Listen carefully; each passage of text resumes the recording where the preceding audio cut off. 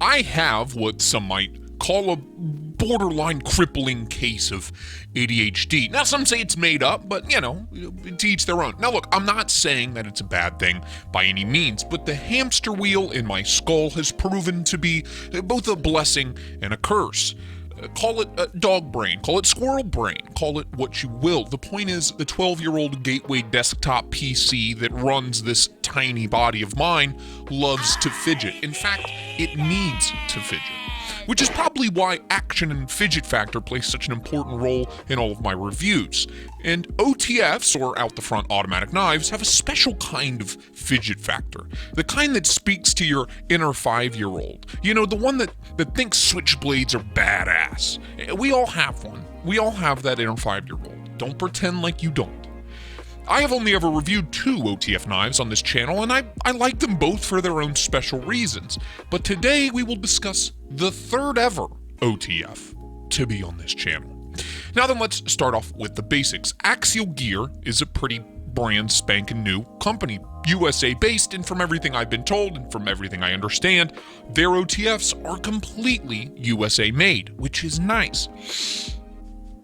I hadn't even heard of them until, the 3rd fiscal quarter of 2021, and I liked what I saw enough that for the first time in the channel's history, I actually reached out and asked if I could get some review samples. They immediately agreed, and a few days later, this arrived. This is the Axial Gear Shift OTF, and right off the bat, visually speaking, it looks like an OTF. Clean lines, boxy profile, big switch on the side, all of the hallmarks of an OTF. But this full-size spring-loaded beast has a few things that set it apart from the rest of the USA-made OTF pack. First of all, the hardware. That is right, ladies and gentlemen, these are Torx head screws, top to bottom, and praise the good Lord for each and every one of them. You can open and work on this OTF. Unlike Microtech's god-awful scheme of proprietary hardware goofiness that forces you to buy a stupid $70 tool. I hate it. Grade A stuff. Not that I would recommend taking it apart, at least not if you're like me, because there's a good chance you will never get it put back together again. Closed up, again, like all OTFs, the aesthetics are simple, clean, almost barren in a way, but thanks to some nice chamfering and, subtle faux contouring, the knife manages to avoid being boring in any way. The pocket clip is this thin and flexy deep carry job that has been a breeze in and out of the pocket, although the pocket clip is not reversible. You can buy a left-handed version, but because of the way it sits on the handle, you cannot reverse it. It is removable and interchangeable very easily, but not reversible. And all along the edges of the handles, we have these little sets of 3 divots that both add a little traction and help to up the visual appeal overall. And right behind the big switch, we have the American flag proudly placed for all to see. And speaking of that big switch, it's nothing game-changing in the OTF world, but it's nice looking, and you know what? She gets the job done. Opening this piece up with the flick of said big switch reveals this beautifully done stonewash drop point style blade done up in CPM 20CV, an excellent blade steel.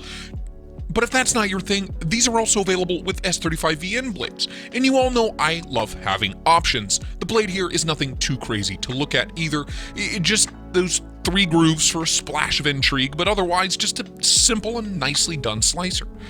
Overall, OTFs are hard to make look exceptionally pretty. They either come across as boring, or they come across as insanely over-the-top, low-drag, high-speed, tactical.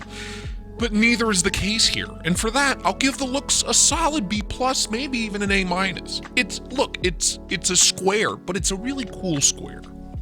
Moving right along to the ergos, now again with any OTF, you just can't avoid the fact that the knife is a rectangle, and nothing more. That being said, thanks to the large size and gentle chamfering along the edges, this thing has been nothing short of a pleasure to hold in the hand and use. No sharp edges, no pinch points or hot spots. The pocket clip vanishes into the palm, and that big switch gives you a nice, cozy landing spot for your thumb.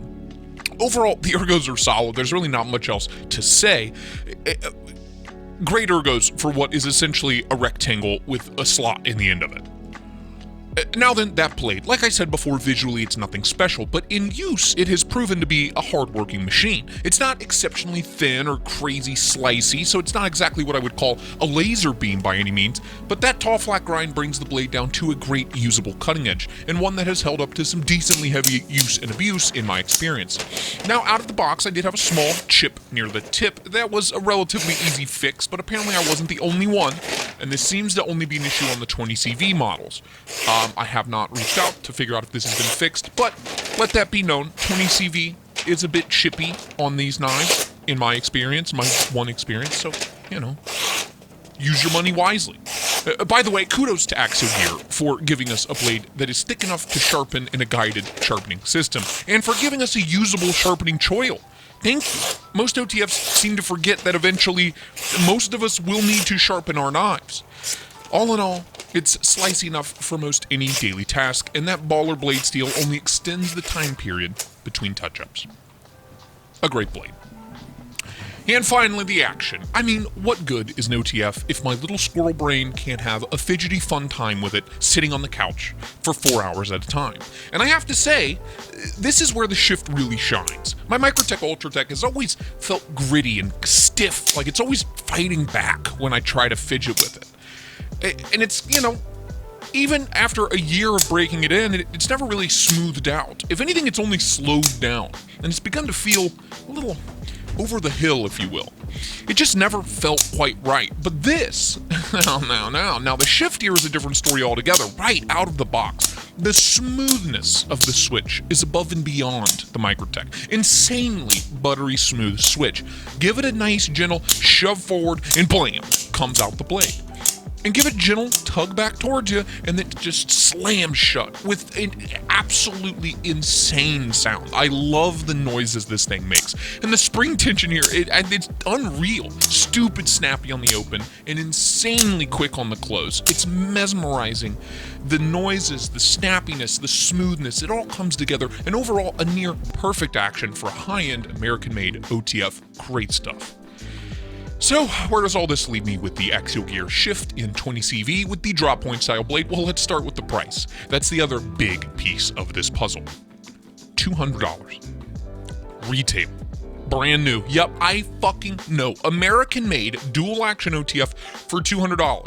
Like, I just don't understand how it's even possible to undercut the competition by $100. But I love it, and I am most definitely not complaining. If you're in the market for a solid USA-made OTF knife, save yourself $100 to $150 and pick up one of these. It really is insanely well made, and it's kind of blowing my mind that more people aren't talking about these. Like, it's better and it's cheaper. I don't understand. Now, I should say that I did have another issue with the knife, the pocket clip, but at the end of the day, that was my fault. I, at a full sprint, snagged the pocket clip on a large cardboard box and broke it clean off.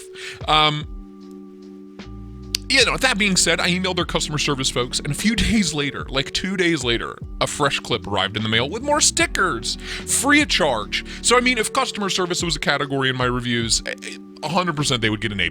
A+.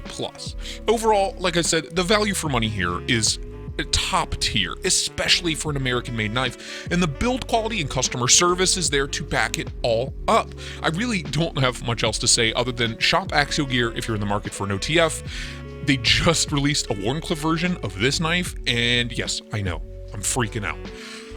So, until next time, thank you for watching. Bye-bye now.